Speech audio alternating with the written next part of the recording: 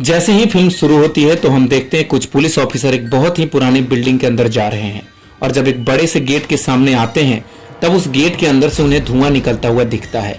तब एक police officer gate को खोलने की कोशिश करता है, तब उसका हाथ वहीं पर फ्रीज हो जाता है और सब मिलके उस गेट को तोड़ते हैं। और जब अंदर की तरफ जाते हैं तो वहां पर जो भी लोग होते हैं वो सभी बर्फ की तरह जम गए होते हैं। ऐसा लगता है जैसे सालों से वहां कोई आया नहीं हो, चारों तरफ बर्फ ही बर्फ जमा होता है।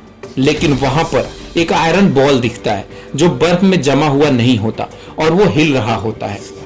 जैसे ही पुलिस ऑफिसर उस बॉल को छूते हैं वहां पर जमे हुए सारे लोग बिखर कर टूट जाते हैं। ऐसा लगता है जैसे बर्फ की वजह से उनकी बॉडी अभी तक बची। अभी बॉल के अंदर से चमकती हुई घोस्ट की आंखें दिखती हैं और कहानी यहां से 120 साल बाद शिफ्ट होती है और हम मिलते हैं अपने फिल्म के मुख्य किरदार से जो फिल्म में घोस्ट पकड़ने का काम करते हैं और वो रास्ते में मस्ती करते हुए कहीं जा रहे हैं। तभी उनको अपने सामने एक ड्रैगन की तरह आती हुई घोस्ट दिखती है। तभी फोइबी कार से एक लेजर गन बाहर लेकर आती है और उस घोस्ट पर हमला करती है, लेकिन घोस्ट उसके कंट्रोल में नहीं आता। तभी ट्रेवोर कार के अंदर से एक छोटा सा उपकरण निकालता है और भूत को पकड़ने की कोशिश करता है। जब दोनों नाकाम हो जाते हैं तब उनकी टीम लीडर कैली बहुत ही चालाकी से अपने ड्रोन को घोस्ट के ऊपर भेजती है और उसका आइडिया काम कर जाता है और घोस्ट कैली के कंट्रोल में आ जाता है। और जब उनका ध्यान सड़क पर जाता है तब वो देखते हैं कि उन्होंने तो काफी नुकसान कर दिया है। इसके वजह से उन्हें मेयर अपने पास बुलाते हैं और उनसे बोलते हैं कि आप लोग की वजह से शहर में काफी नुकसान हो रहा है और अगर ऐसा चलता रहा तो आपका काम हमें बंद करना पड़ेगा। और इसके जवाब में घोस्ट बस्टर कहते हैं लेकिन हम तो शहर को भूतों से बचा रहे हैं, इसमें तो लोगों का ही फायदा है। मेयर बोलता है इसमें लोगों का फायदा कम नुकसान ज्यादा है और फिर उनके टीम में वो फोइबी को निकालने के लिए बोलता है क्योंकि उसकी उम्र मात्र 15 साल होती है और इस काम के लिए वो पूरी तरह से तैयार नहीं है। घोस्ट बस्टर मेयर को समझाने की बहुत कोशिश करता है लेकिन मेयर उसकी एक नहीं सुनता, वो पहले से ही तय कर चुका होता है। और ये सभी लोग कैली के घर आ जाते हैं और फोइबी टीम के लोगों से नाराज हो जाती है क्योंकि सारे लोग मेयर की बात सुनकर उसको टीम से बाहर निकाल देते हैं। गुरु बेरसन फोइबी से कहता है ये सिर्फ 3 साल की बात है, फिर हम तुमको हर मिशन में साथ लेके चलेंगे। आगे हम देखते हैं कि कैली और उसका साथी गुरु बेरसन घर के बेसमेंट में जाते हैं और वहां पर हम देखते हैं घोस्ट को कैद करने के लिए कई तरीके का इंतजाम किया गया है और वो लोग कैद किए घोस्ट को एक मशीन के अंदर डालने की कोशिश करते हैं। तभी मशीन फंस जाता है और काम करना बंद कर देता है और फिर कैली और गुरु बेरसन दोनों साथ में मिलकर बड़ी मुश्किल के साथ घोस्ट को अंदर डाल देते हैं। अगले दिन हम एक दुकान को देखते हैं जहां पे भूत प्रेतों की चीजें बेची जाती हैं। यहाँ एक लड़का वही आयरन बॉल लेके आता है जो हमने फिल्म के पहले सीन में देखा था। दुकानदार जैसे ही गेंद के अंदर घोस्ट को चेक करने लगता है तभी अचानक उसकी दुकान हिलने लगती है। ऐसा लगता है कि जैसे भूकंप आ गया हो, सब कुछ इधर उधर गिरने लगता है। यहाँ तक कि उस घोस्ट की जांच करने वाली मशीन भी टूट जाती है। आयरन बॉल जिस टेबल पर रखा होता है वो धंस जाता है और टेबल भी बर्फ से जम जाता है और उसके धंसते ही भूकंप जैसा आता है और उसके वजह से कैली के घर के दीवार में बड़ा सा दरार हो जाता है। ट्रेवर एक घोस्ट को पकड़ने की कोशिश करता है लेकिन घोस्ट उसकी पकड़ में नहीं आता और वहां से भाग जाता है। वो नीचे आकर अपने साथी को बताता है घोस्ट के बारे में और उसके साथी बिना देरी किए वहां से जल्दी से निकल जाते हैं लेकिन फोइबी को उसी घर पर छोड़कर चले जाते हैं। बेचारी अकेली फोइबी बोर होने से बढ़िया चेस खेलने का सोचती है। तभी उसे लगता है कि उसके साथ कोई और भी चेस खेल रहा है। पहले तो फोइबी को अजीब लगता है लेकिन अब अगर उसके सारे दोस्त जा चुके हैं तो वो फिर भूत के साथ बिना डरे गेम खेलने लगती है।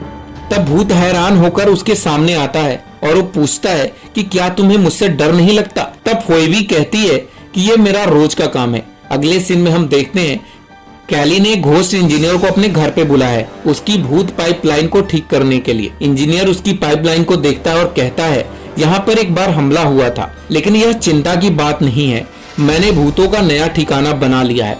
वहाँ पर हम सभी भूतों पर शोध करते हैं और साथ ही पाइपलाइनों में कैप्चर भी करते हैं। गुरु बेरसन को ये सुन के काफी दिलचस्प लगता है।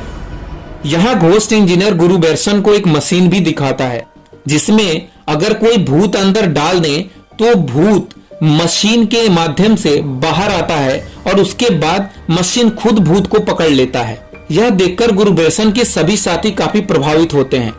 अगले सीन में हम देखते हैं गुरुबेरसन अपने टीम के साथ एक भूत को पकड़ने के लिए तैयारी कर रहा है और वो सब फिर से फोइबी को छोड़कर वहां से चले जाते हैं। फोइबी अकेली होती है, तभी उसे एक इमरजेंसी कॉल आता है एक होटल में घोस्ट को पकड़ने के लिए। फोइबी एक लड़के के साथ वहां पर जाती है। नेक्स्ट सीन में हम देखते हैं उस आयरन बॉल को इंजीनियर अपने मशीन के अंदर रखता है और ये बॉल कितना पावरफुल है हम ये पहले से देख चुके हैं। आयरन बॉल उस मशीन के अंदर जाते ही बहुत ही तेज हिलने लगता है और उसके अंदर से घोस्ट निकलता है और मशीन के रास्ते निकलकर भाग जाता है। और जैसे ही वो इंजीनियर उस बॉल को हाथ लगाता है, मशीन के साथ साथ उसका हाथ भी जम जाता है। अगले सीन में हम फोइबी को देखते हैं जो घोस्ट को पकड़ने गई होती है और वहां पर उसे वही घोस्ट मिलती है जो उसके साथ चेस खेल रही होती है, लेकिन घोस्ट उसके पकड़ में नहीं आती और वो होटल का काफी नुकसान कर देती है और तब हार थक के घर आ जाती है।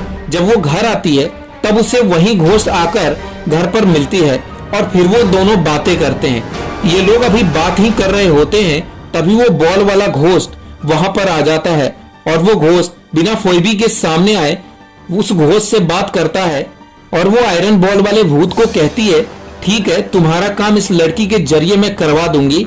इससे हमें पता चलता है कि सभी घोस्ट उस घोस्ट के लिए काम करते हैं और उनका कुछ बड़ा प्लान चल रहा है इंसानों के खिलाफ। आगे हम देखते हैं ट्रेवर को जो अभी भी ग्रीन घोस्ट को पकड़ने की कोशिश कर रहा है।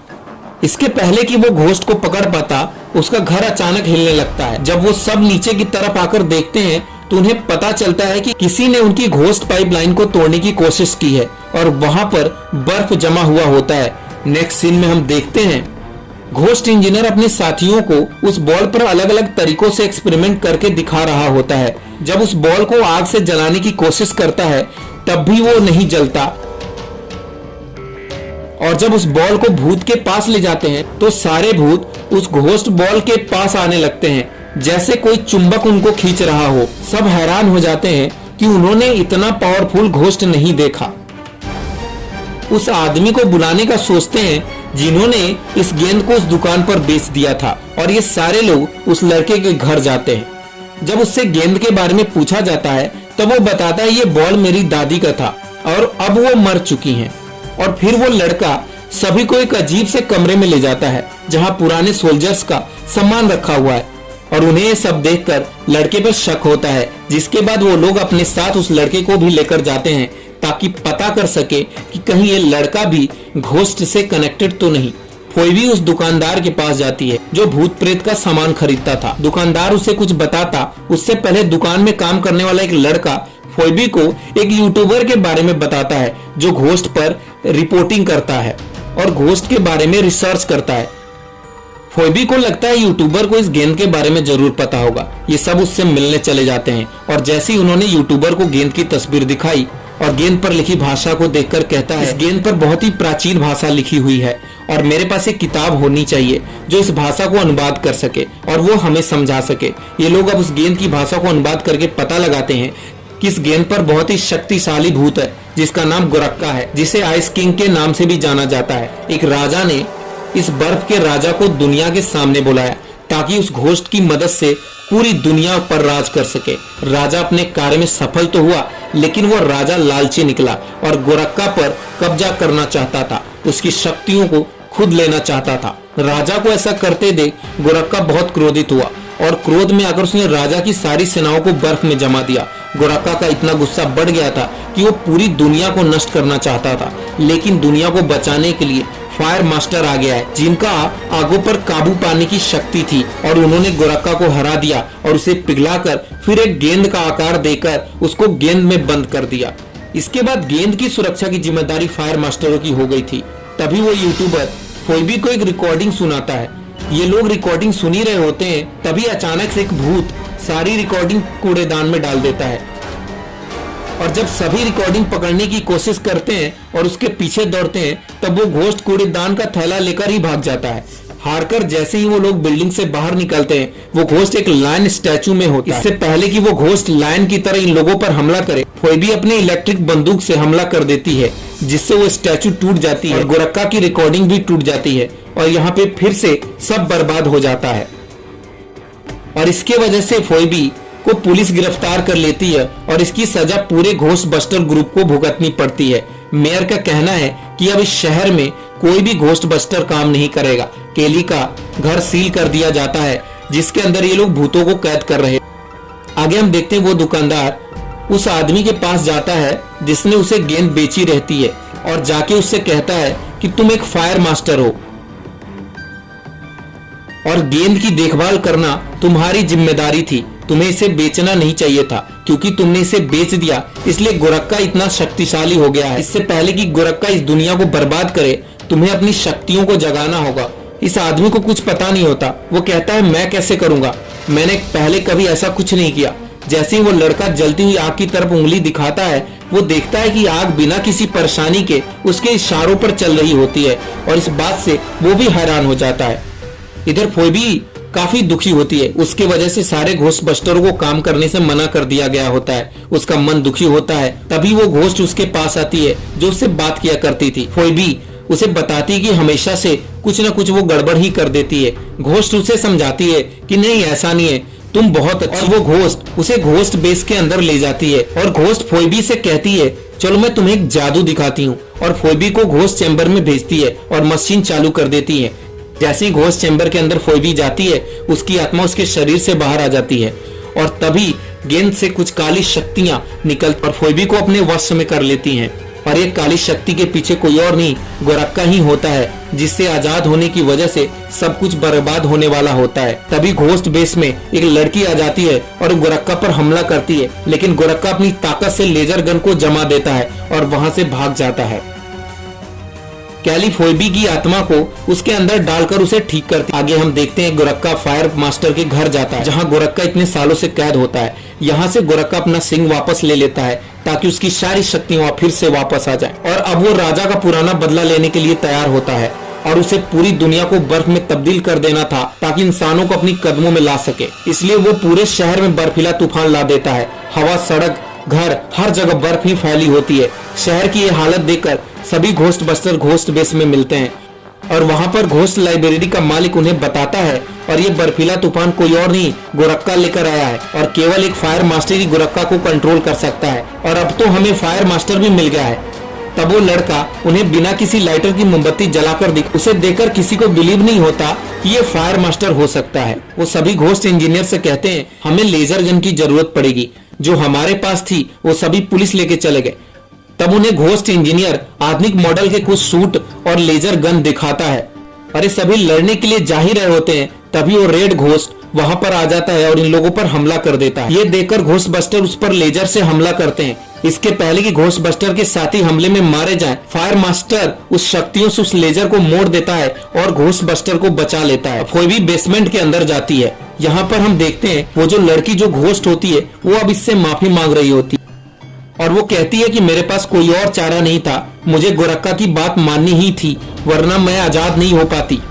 इनकी बात चली रही होती है तभी पीछे से दीवार तोड़कर गोरक्का आ जाता है और सभी घोस्ट बस्टर उस पर लेजर से हमला करते हैं, लेकिन गोरक्का सभी के लेजर को तोड़कर उसे बर्फ बना देता है। गोरक्का अपनी शक्ति से पाइपलाइन भी तोड़ देता है जिसमें इन लोगों ने भूतों को कैद कर रखा होता है। सारे भूत यहाँ से निकलकर पूरे शहर में फैल चुके होते हैं। इसके पहले कि गोरक्का यहाँ पर और अधिक बर्बादी करे, एक घोस्ट माचिस की तिल्ली जलाती है और फायर मास्टर उस तिल्ली की आग को कंट्रोल करके अपनी शक्तियों से इस्तेमाल करके गोरक्का पर हमला करता है।